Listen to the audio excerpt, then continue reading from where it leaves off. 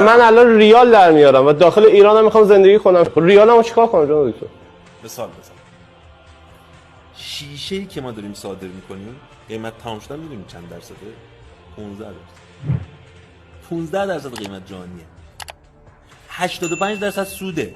آبت مجانیه، برقت مجانیه، گازت مجانیه، خاکم که سیلیس مجانیه. شیشه تولید کنی 85% سود واقعی دلاری میبری، نه تو تورم ایران. چرا نمیکنی؟ چون تولید رو خراب کردن، شماها رو بکشونن تو بازارهای مالی.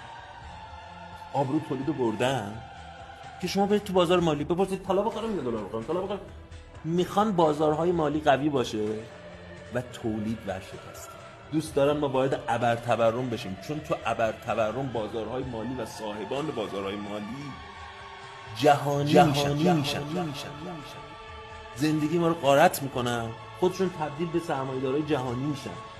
میخوان کاری بکنن شما غیر از طلا و دلار راهی